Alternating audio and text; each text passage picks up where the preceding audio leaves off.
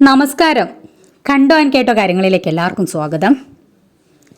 കഴിഞ്ഞ വീഡിയോയിൽ നമ്മൾ പറയണ്ടായി, നിങ്ങൾക്ക് ആവശ്യമുള്ള സമയത്ത് ഈ പറയുന്ന കാര്യങ്ങൾ, നമ്മളുടെ വീഡിയോയിൽ പറയുന്ന ഓരോ കാര്യങ്ങളും സൗകര്യമായിട്ടുള്ള സമയത്ത് കേൾക്കുക, പ്രാവർത്തികമാക്കാൻ പറ്റുമെങ്കിൽ പ്രാവർത്തികമാക്കുക, അല്ലേ?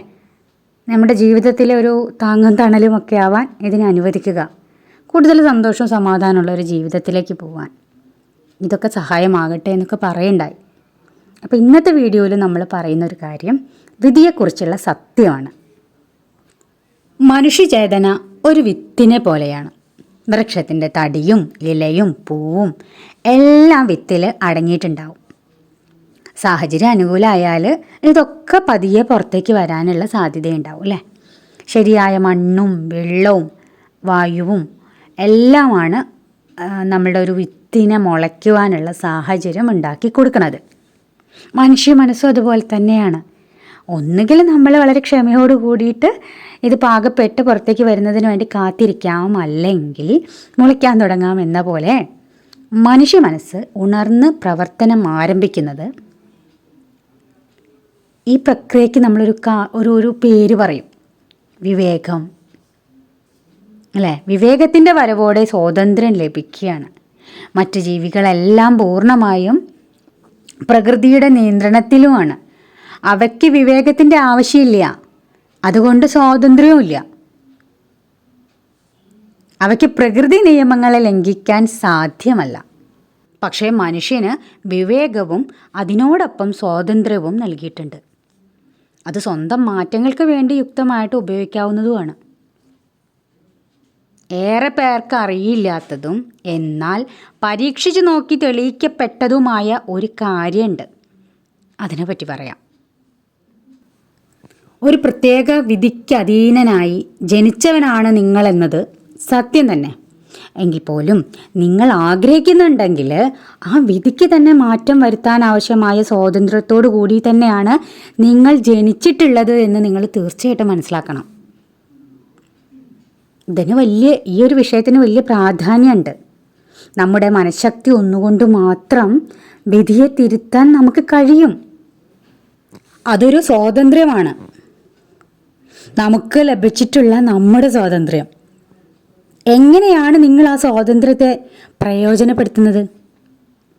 നമ്മൾ പറഞ്ഞ പോലെ കർമ്മത്തിൻ്റെ നിയമങ്ങൾ അനുസരിക്കുന്നതിലൂടെ തന്നെയാണ് ഇത് സാധ്യമാവുക.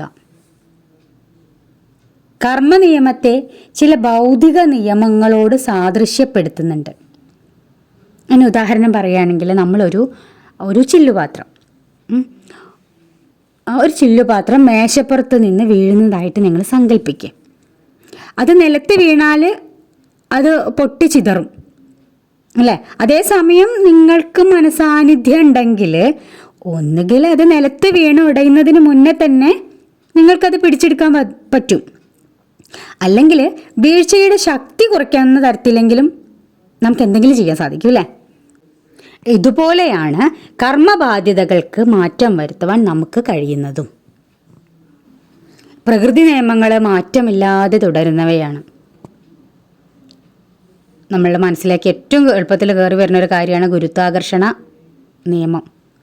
അതന്നെ മതി. മുകളിലേക്ക് പോകുന്നതെന്തും താഴേക്ക് വന്നേ തീരൂ.